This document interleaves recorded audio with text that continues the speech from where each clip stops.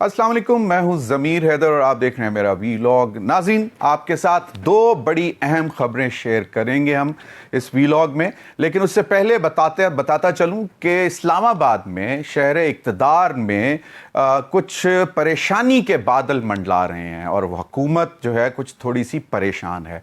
और क्या चीज़ें नागुज़ीर हैं वो भी हम आपको बताएंगे कि क्या क्या कोशिशें हुकूमत कर रही है, क्या क्या चीज़ें वो करना चाहती है और उसके लिए उनको किन परेशानियों का जो है सामना है। और जैसा कि आपको मालूम है कि पाकिस्तान तहरीक इंसाफ नवंबर का महीना शुरू हो गया और नवंबर के महीने से वो बड़ी उम्मीदें लगाए बैठे हैं।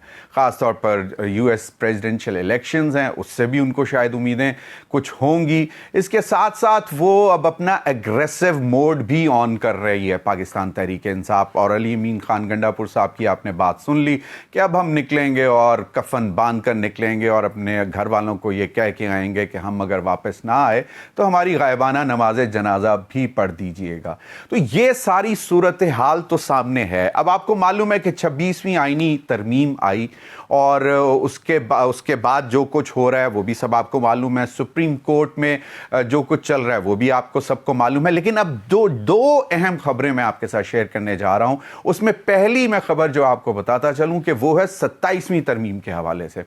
अब कहा यह जा रहा है कि 27वीं तरमीम नागुज़ीर है, उसको लाना बहुत ज़रूरी है और उसकी वजह भी मैं आगे आपको चलकर बताऊंगा। लेकिन सबसे पहले जो आपको मालूम है 26वीं आईनी तरमीम में मौलाना फजलुर रहमान साहब ने जो कि पहला जो ड्राफ्ट उनके सामने आया था उसमें तकरीबन 56 अमेंडमेंट्स थी, जिसमें से उन्होंने बहुत सारी निकलवा के तकरीबन सिर्फ 24 रह गई थी।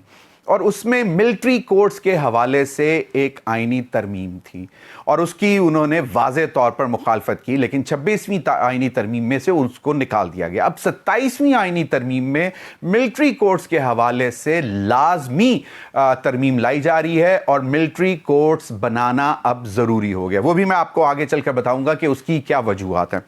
और अब मौलाना फजलुर रहमान साहब वाज़े तौर पर कह रहे हैं कि जी हम इसमें साथ नहीं देंगे। अब पहले तो मिलिट्री कोर्ट्स के ऊपर ही बात कर लेते हैं कि मौलाना फजलुर रहमान साहब ने वाज़े तौर पर कह दिया कि हमने पहले अगर उसको निकलवा दिया था तो अब तो हम किसी भी तरह उसको पास नहीं होने देंगे। लेकिन हुकूमती हलकों में हमारे ज़राए ये बताते हैं कि मिलिट्री कोर्ट्स के हवाले से तरमीम मंजूर करा ली जाएगी और उसमें मौलाना फजलुर रहमान साहब अगर साथ दें या ना दें, नंबर गेम पूरी कर ली जाएगी, यानी कि 2/3 मेजॉरिटी मिलिट्री कोर्ट्स के हवाले से लाजमी पूरी की जाएगी और ये इनको बनाया जाएगा। अब आपको मालूम है राना सनाउल्लाह कह चुके थे कि ये जो मिलिट्री कोर्ट्स हैं ये किसी पर्सन स्पेसिफिक नहीं है, किसी पॉलिटिकल पार्टी स्पेसिफिक नहीं है, ये सिर्फ और सिर्फ दहशत गर्दों के लिए हैं। और कोशिश हुकूमत की ये होगी कि उस आईनी तरमीम में ये लेकर आएँ कि सिर्फ उन्हीं इलाकों में मिलिट्री कोर्ट्स बनाई जाएं जहां पे दहशतगर्दी सर उठा रही है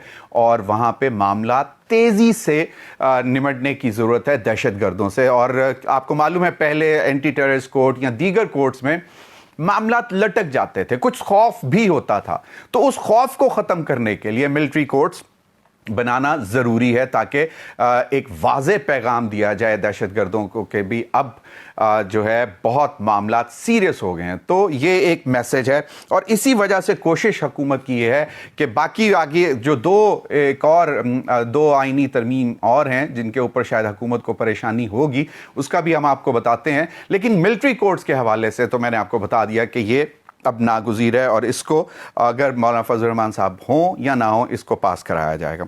अब अगर आपको याद हो MQM ने 26वीं आईनी तरमीम के वक्त जो है वो उन्होंने कहा था कि जो उनका जो पहले जब वो हुकूमत में शामिल हुए थे तो उन्होंने एक डिमांड की थी कि लोकल गवर्नमेंट्स को एम्पावर किया जाए और उनको फाइनेंशियल एम्पावरमेंट दी जाए डायरेक्टली और प्रोविंशियल गवर्नमेंट का रोल ख़त्म किया जाए। अब 26वीं आईनी तरमीम के वक्त तो MQM को मनाया गया और उनको कहा गया कि जी जब आइंदा हम आईनी तरमीम लाएंगे यानी कि 27वीं आईनी तरमीम में आपके इस मुतालबे को रखा जाएगा। लेकिन अब PMLN जो हुकूमत में इस वक्त जो बैठी हुई है, यकीनन पीपल्स पार्टी उनको सपोर्ट दिए हुए है और पीपल्स पार्टी की मदद के बगैर कोई आईनी तरमीम पास हो नहीं सकती اور اس ایم کیو ایم کی آئینی ترمیم پر پیپلز پارٹی ماننے کو تیار نہیں ہوگی.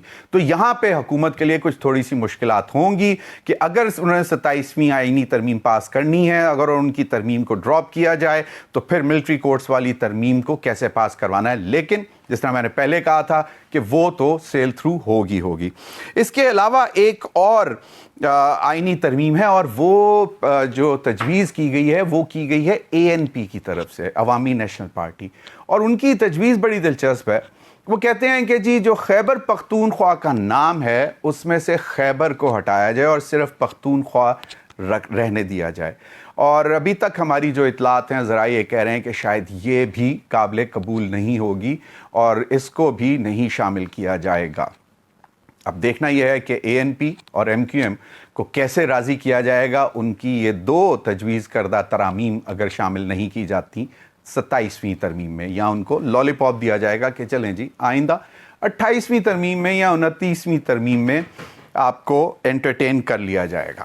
ناظرین، دوسری اہم خبر جو میں آپ کے ساتھ شیئر کرنے جا رہا ہوں اور وہ ہے کہ وزیر اعظم، آپ کو جیسا کہ معلوم ہے، حال ہی میں سعودی عرب سے بڑا ایک کامیاب دورہ کر کے آئے، اور اس کے بعد واپسی پہ دوحہ میں بھی، قطر میں بھی ان کا اہم ملاقاتیں ہوئیں. اور اس کا فوکس ان دونوں ملکوں کے دورے کا انویسٹمنٹ تھا اور اکنامک اپرچونٹیز ان کو بتانی تھیں اور ان کی انویسٹمنٹ کو لانا تھا.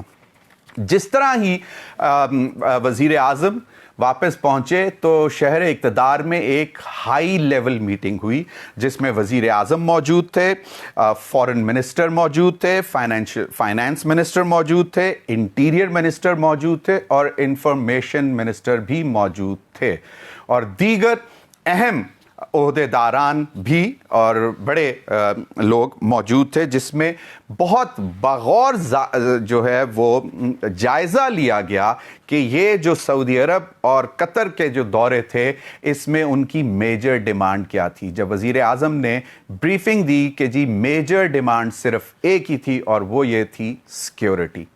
تو ناظرین، اب آپ سمجھ رہے ہیں کہ 27ویں ترمیم کیوں ضروری ہے، ملٹری کورٹس کیوں ضروری ہیں، کیونکہ اب اس چیز کو بہت سیریس لیا جا رہا ہے اور زیرو ٹالرنس کا معاملہ بتایا گیا ہے کہ اس کے حوالے سے، سیکیورٹی کے حوالے سے، کیونکہ اگر آپ نے فورن انویسٹمنٹ لے کر آنی ہے، سعودی عرب ہو یا قطر ہو یا جس طرح چائنا کے حوالے سے، اس کے متعلق بھی آپ کو آگے میں آپ کو ایک انتہائی اہم خبر شیئر کروں گا کہ اسی میٹنگ میں جو چائنیز امبیسڈر نے ایک تقریب میں جو بات کی تھی جس کے اوپر فورن آفس نے ریئیکشن دیا تھا، اس پر بھی میں آپ کو بتاؤں گا. لیکن اس میٹنگ میں یہ فیصلہ کیا گیا ہے کہ انویسٹمنٹ کے لیے سیکیورٹی پرووائڈ کرنا انتہائی اہم ہے. اس پر زیرو ٹالرنس ہوگی اور آنے والے دنوں میں شاید میجر آپریشنز لانچ کیے جائیں گے دہشت گردوں کے خلاف. اس پر بھی اتفاق کیا گیا ہے کیونکہ ان انویسٹرز کو یقین یہ دلانا ہے کہ اب پاکستان جو ہے وہ ان کے لیے، ان کی انویسٹمنٹ کے لیے محفوظ جگہ ہوگی. تو یہ اس بات پر بھی جو ہے وہ بات کی گئی کہ یقیناً چائنیز ہوں یا کوئی بھی ہوں، سیکیورٹی پرووائڈ کرنا ہمارا کام ہے، اور ان کے جو خدشات ہیں اس حوالے سے وہ بالکل جائز ہیں اور ان کو ختم کرنا ہمارا فرض ہے. تو ناظرین، یہ آپ کے ساتھ ہم نے 3 خبریں ابھی شیئر کی ہیں. انشاءاللہ آئندہ بھی آپ کے ساتھ خبریں شیئر کرتے رہیں گے. اب تک کے لیے اتنا ہی، اجازت دیجیے. اللہ حافظ.